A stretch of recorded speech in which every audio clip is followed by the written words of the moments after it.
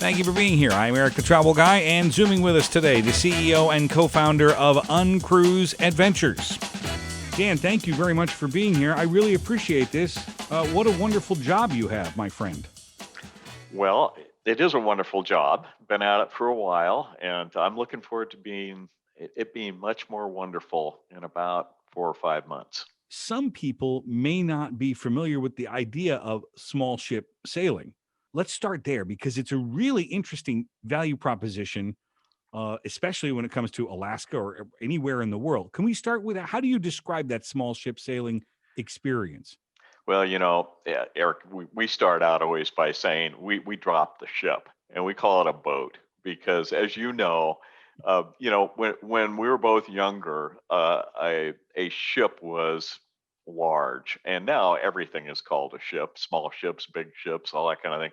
So we kind of like to call ourselves boats or vessels, just so we don't get mixed in with that larger cruise ship, big ship stuff.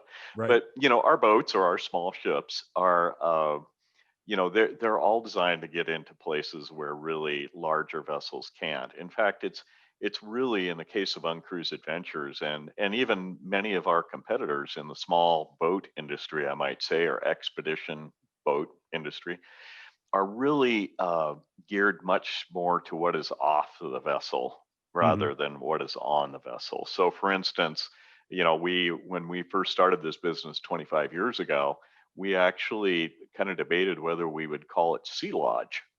And the reason being is we're kind of like if you took this really nice ski resort lodge tucked in the mountains away, and it just moved every night into a new mountain. That's what Uncruise Adventures is. It's the difference between driving a car down a road and walking down a road. You take Yeah. so much more in.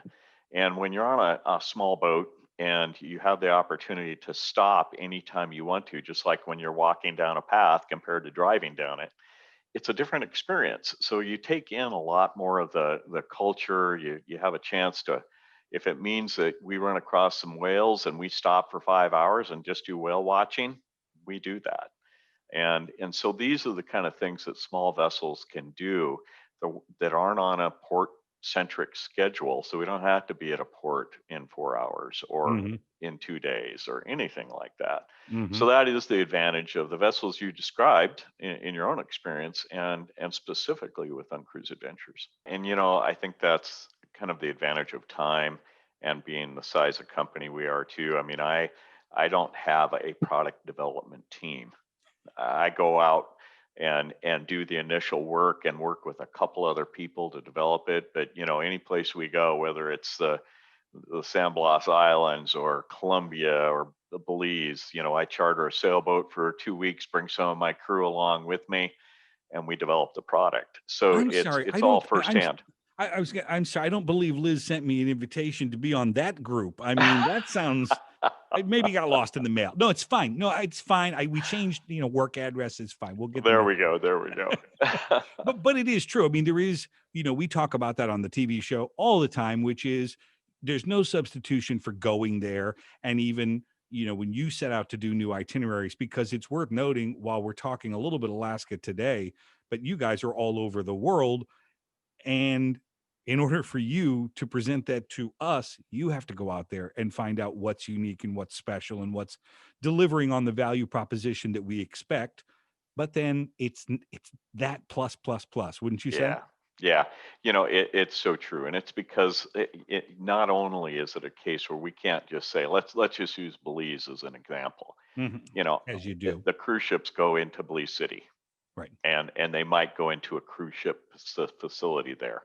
Um, for us, we're spending a week basically within Belize. We have to know every little waterway, every key that we might go to, and you find out things that maybe the Belize isn't known for, like the inland products and the tropical forests and the jaguars and all this kind of things. And you really have to it has to be feet on the ground. You can't our product is so intimate with the wilderness and the wilds and the culture that we have to spend significant time before we develop that product. For instance, I chartered 3 different weeks a 45-foot catamaran that we went down and explored in before we brought our big boat in. So those are just, kind of typical ways you do it with a small vessel. Right. Well, and again, there's a danger here when we start talking about larger ships in 2,000, 3,000 people and 2,000 crew and 1,500 crew. These massive ships. I'm certainly not saying that it's not a labor of love to perform functions as a crew member. You have to Absolutely. love it in order to do Yeah. it for a Yeah. year and 2 years at a time. But your cruise, again, that was something that was really surprising to me on my small boat experience, Mhm. and certainly reading through your materials. The crews, they just love it. It's a labor of love, Yeah. which transcends everything. Well, yeah, you take people that are adventuresome mindsets and, you allow them to not only have that at home, but do that at work. And it's a pretty great ingredient. Well, that being said, we talked about this earlier. 2020, what a crazy, crazy time it was, and here we are in 2021 with our fingers crossed. Our bags are packed. We're ready to go.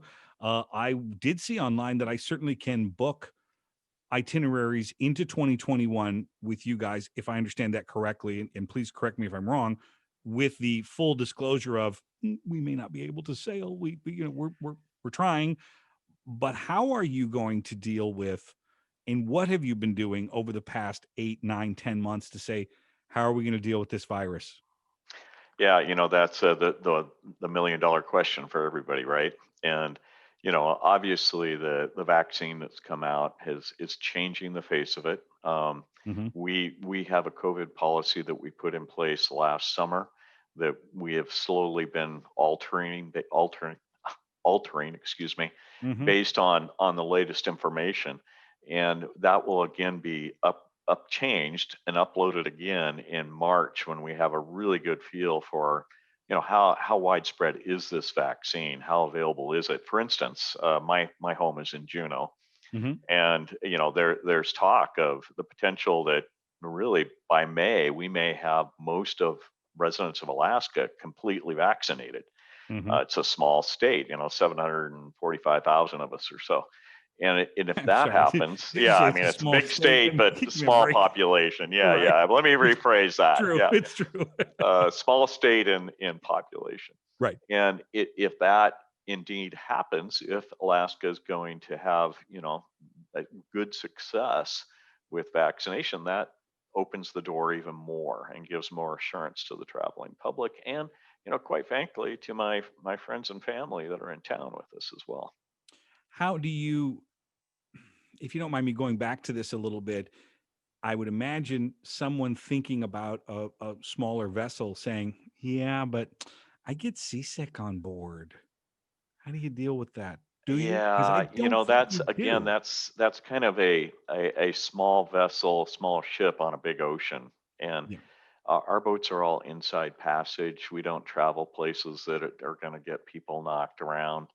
So everything in Alaska for us is on the inside passage, very, very sheltered. The Alexander Archipelago is the technical name, Nice. and uh, so yeah, and that's true whether you're on the Columbia River or operating in, Panama and the San Blas Islands or Gunayala as it's called today, and on and on.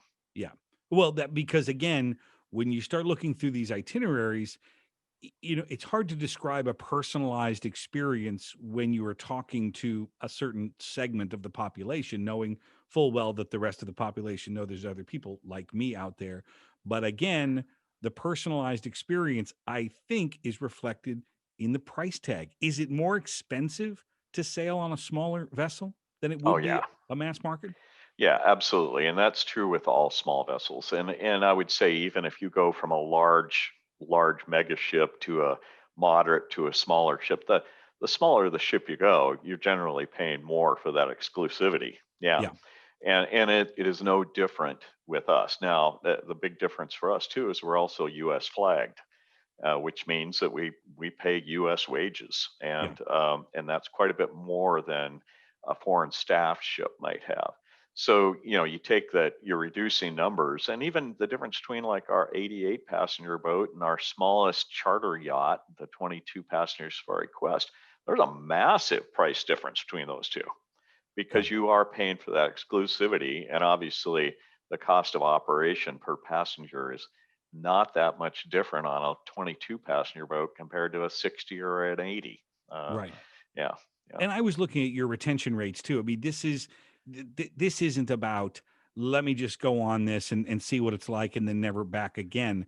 When somebody steps foot on board, they go through the itinerary, they come home, they realize, oh my gosh, I thought this was going to be a trip of a lifetime, and they delivered, and we'll be back. And they come back, don't they? yeah, they do. I mean, we have a huge, huge return client base, and they're our best marketing engine we could ever have, right? I mean, word of Well, mouth. other than me, I mean, Well, duh. there we go. Yeah. Come Well, on. and Erik, of course. Of course, Mark Base and Erik. Thanks. That's nice. Um, yeah, I mean that is very true, and I think that in the post-COVID world, um, operations like Uncruise and others are actually going to become even more valuable Agreed. because yeah, it's a and I trust me, I'm favorable towards large ships. I love Yeah, large ships. me too. I do too. But our Agreed. experience is entirely different.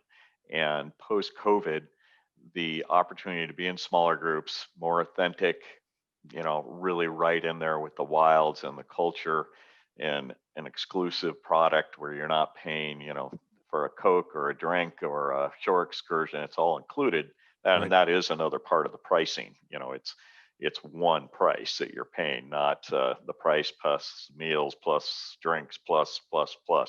So that And does well, and make to a your point, difference. yeah, and to your point, the mass market ships, I'm glad, the big ships, I should say. Yeah. I'm glad they price the way they do. Some people find it very annoying. I do not. I'm like, Yep. I don't want to pay for something I don't want. Right. So I'm fine with being nickeled and dimed, if that's what you want to call it.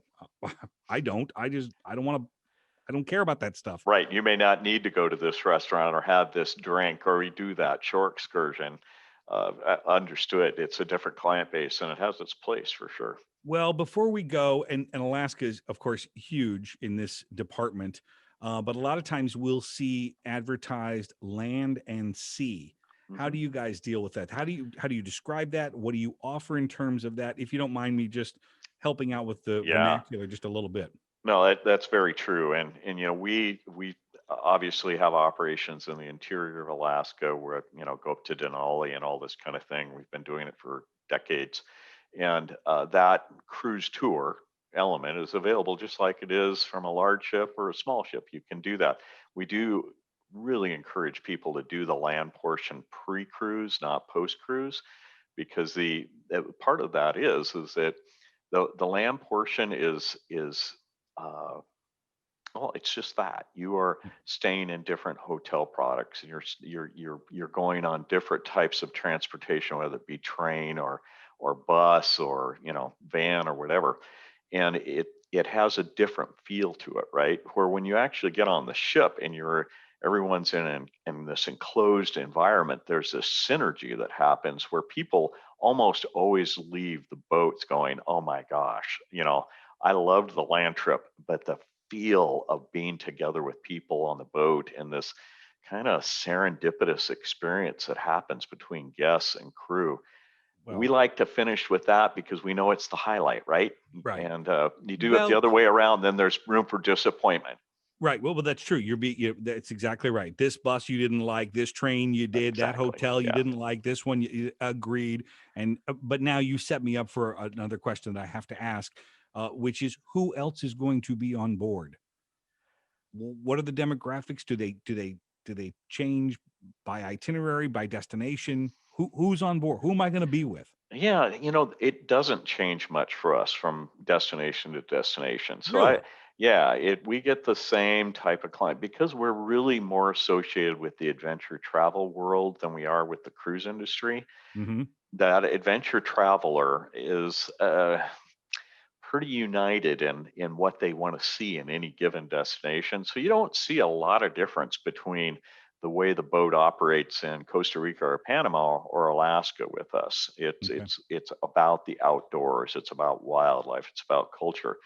And for us, it's really less about demographic than sociographic. Oh boy, So here for we go. instance, oh yeah, I mean, it's a whole new And you said you didn't have thing. a product development person on staff. I mean, come on. Come Well, on. but you know what I'm talking about. You do? It's the mindset of the person. So for instance, I know that many of our clients got rid of the big house a few years back, Yeah. and they're living in a townhouse or they have an apartment in the city or small, because they've shed themselves of those heavy weights so that they can travel more. Right. And so there's a lot of things about the mindset of our guests that are so similar. A lot of them, when they were young people, they went to Europe on $30 a day with a backpack. Mm-hmm. We hear that all the time. All the So time. they've taken this adventuresome person that they were post or during college, and now they're traveling in a different way, but the same adventure, if you know what I mean. Absolutely. And a nice glass of wine. Oh, a really nice glass of wine. You know That's what I mean? included, by the way. And it's included. It's like, yes, it's a little bit different. It's not $30 a day. It's like, yeah, Yeah, we yeah, want a yeah. nice No, glass of the wine. cost is a lot more, but it's amazing to me, as we all age and go on through life. There's a group of people that have kept up what they did young as far as how they see their world, and just a thirst to explore and adventure. That doesn't necessarily change, but the venue does. Yeah, absolutely it does. Thanks for doing this today. I really appreciate it. Absolutely, Erik. Good to be with you, and best of fortune as we all come out of this, eh?